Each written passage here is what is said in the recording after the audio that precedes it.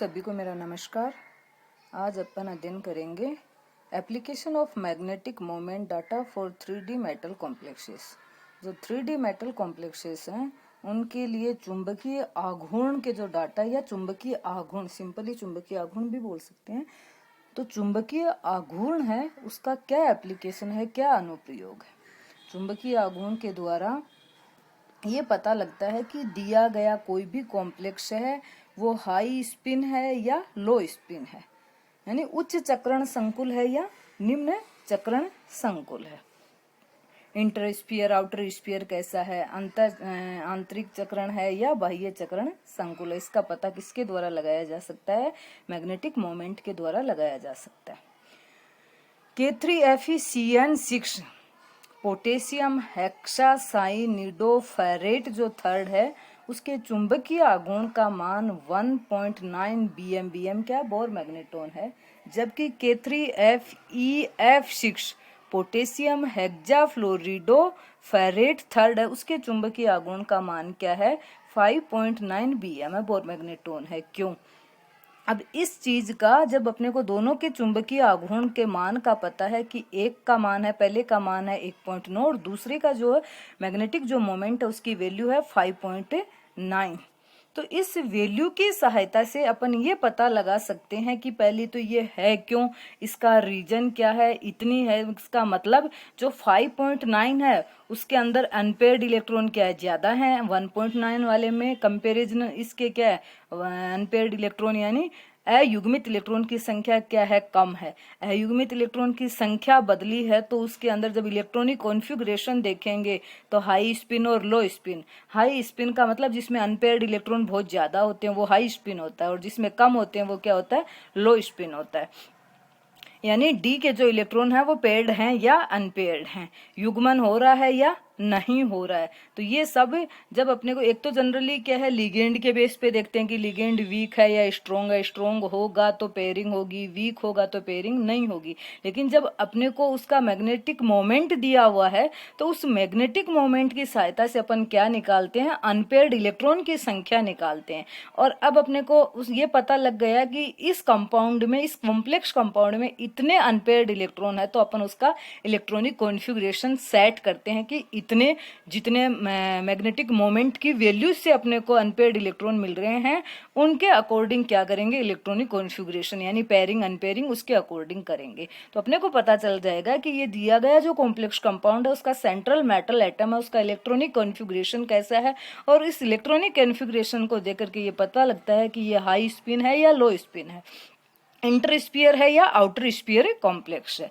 3D जो metal complex हैं उनमें कक्षीय आघूर्ण योगदान, एक तो चुंबकीय आघूर्ण और दूसरा एक तो चक्रण चुंबकीय आघूर्ण और दूसरा कक्षीय चुंबकीय आघूर्ण। जो 3D है उसमें कक्षीय चुंबकीय आघूर्ण का जो योगदान है वो नगण्य होता है। इसमें क्या हो जाती है, क्वेंसिंग ऑफ कक्षीय चुंबकीय आघूर्ण, जो ऑर्बिटल एंगुलर मोमेंटम जो है उसका क्या हो जाता है, कैंसिंग यानी समन हो जाता है। वो जो बाह्य जो लिगेंड है उनके द्वारा उसके योगदान का क्या हो जाता है, समन हो जाता है, उसका योगदान नहीं रह पाता है। तो इनमें ओनली क्या होता है, स्पिन ओनली मैग्नेटिक मोमेंट, कौन से के लिए, सिर्फ 3D के लिए। 4D 5D है उसमें कक्षीय चुंबकीय आघूर्ण का योगदान होता है।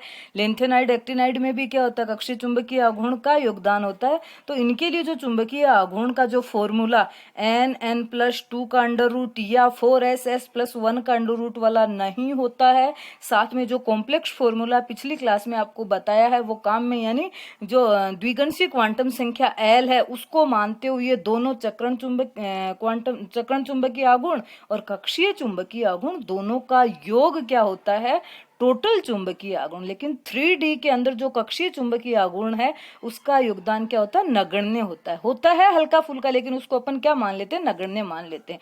लेकिन 4D 5D और लेंथेनाइड एक्टिनाइड इनका जो चुंबकीय आघूर्ण है उसमें कक्षीय चुंबकीय आघूर्ण का योगदान काफी होता है।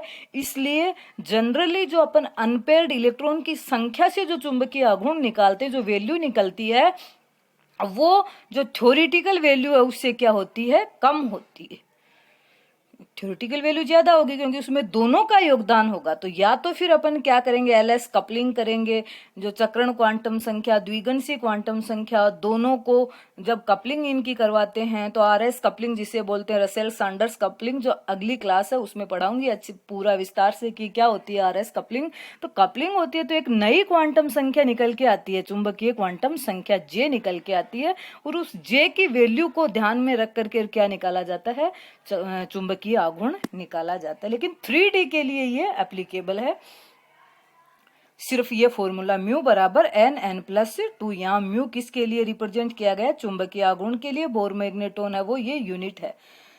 तो जब अपने को वैल्यू दी हुई है तो ये जो समीकरण है इसको हल करके अपन क्या निकाल सकते हैं, तो n की वैल्यू निकाल सकते हैं। और n की वैल्यू जब अपने को मिल जाती है तो n की वैल्यू के द्वारा क्या उस जो भी कॉम्प्लेक्स कंपाउंड का सेंट्रल मेटल एटम है उस सेंट्रल मेटल एटम में इलेक्ट्रॉनिक कॉन्फ़िगरेशन सेट किया जा सकता है। जैसे ये है K3FeCN6, यहाँ पे साइनाइड लिगेंड है, वो क्या स्ट्रॉन्ग लिगेंड है। तो वैसे भी जनरली अपन जब इसका इलेक्ट्रॉनिक कॉन्फ़िगरेशन लिखेंगे तो जब इलेक्ट्रॉनिक कॉन्फ़िगरेशन में सबसे पहले अपने को देखना सेंट्रल मेटल एटम Fe, इसका इलेक्ट्रॉनिक विन्यास क्या होता है 3D, S में 2 कर रहे हो और D के अंदर कितने आ रहे हैं 6, 3D6 4S2।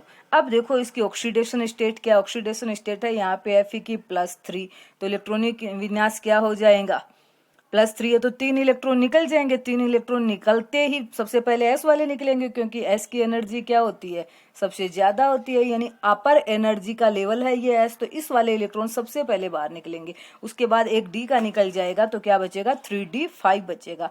अब 3D5 जो D में 5 इलेक्ट्रॉन है उनको अपने को लिगेंड के अकॉर्डिंग भरना है। लेकिन जब अपने को चुंबकीय आघूर्ण दे दिया गया है उसके द्वारा अपन अनपेयर्ड इलेक्ट्रॉन निकाल रहे हैं, तो अब अनपेयर्ड इलेक्ट्रॉन कितने आ रहे हैं, जैसे यहाँ 1.9 वैल्यू दी गई थी उसके अकॉर्डिंग अनपेयर्ड इलेक्ट्रॉन कितना आया 1। तो अपने को ऐसे ही इन इलेक्ट्रॉन को एडजस्ट करना है कि अनपेयर्ड इलेक्ट्रॉन कितना बचे 1। तो कैसे हो जाएगा, सबसे पहले 2 आ गए, फिर पहले एक भरा, फिर इनकी पेयरिंग करी तो एक अनपेयर्ड इलेक्ट्रॉन बच गया। और ये खाली जो कक्षक हैं वो क्या हो जाएंगे, हाइब्रिडाइज्ड हो जाएंगे। और ये हाइब्रिडाइज्ड जो कक्षक हैं, संकरित जो कक्षक हैं, उनमें लिगेंड अपना पूरा लोन पेयर डोनेट करके क्या बना लेता है, कॉम्प्लेक्स कंपाउंड बना लेता है। तो जो ये इसका चुंबकीय आघूर्ण अपने को दिया गया है उस चुंबकीय, अपने को नहीं पता लिगेंड कैसा, उसको इग्नोर कर रखा है अपन ने, अपन VBT या CFT के द्वारा नहीं कर रहे हैं, अपन जनरली मैग्नेटिक जो मोमेंट है उसकी वैल्यू से पता लगा रहे हैं कि दिया गया जो कॉम्प्लेक्स कंपाउंड है वो हाई स्पिन है या लो स्पिन। तो ये कैसा हो गया, लो स्पिन कंपाउंड हो गया। 3D2sp3 हाइब्रिडाइजेशन है तो इसकी जो ज्योमेट्री है वो कैसी हो जाएगी, ऑक्टाहाइड्रल ज्योमेट्री हो जाएगी।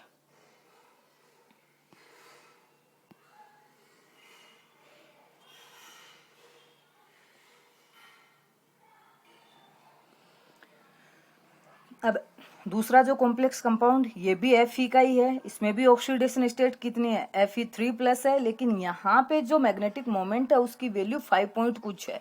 उसके अकॉर्डिंग 5 पॉइंट कुछ के अकॉर्डिंग अपन ने जब इस मैग्नेटिक मोमेंट की वैल्यू को रख करके n+2 अंडर रूट बराबर ये वैल्यू रख करके हल किया तो अपने के जो n की वैल्यू कितनी आई, 5 आई। तो 5 का मतलब इसमें जो 3D5 के 5 इलेक्ट्रॉन है वो कैसे हैं, अनपेयर्ड है, अनपेयर्ड इलेक्ट्रॉन है।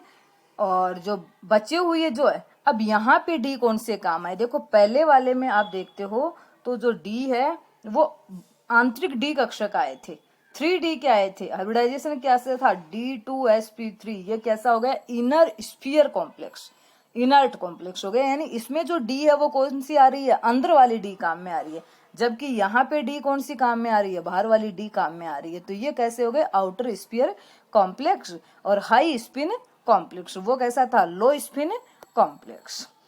तो ये मैग्नेटिक जो मोमेंट है उसकी वैल्यू के द्वारा अपन जो कॉम्प्लेक्स कंपाउंड है उसकी कैरेक्टरिस्टिक्स बता सकते हैं कि ये दिया गया कॉम्प्लेक्स कंपाउंड कैसा है, पैरामैग्नेटिक है या डायमैग्नेटिक है, लो स्पिन है कि हाई स्पिन है, इनर स्फीयर ऑर्बिटल कॉम्प्लेक्स है या आउटर स्फीयर ऑर्बिटल कॉम्प्लेक्स।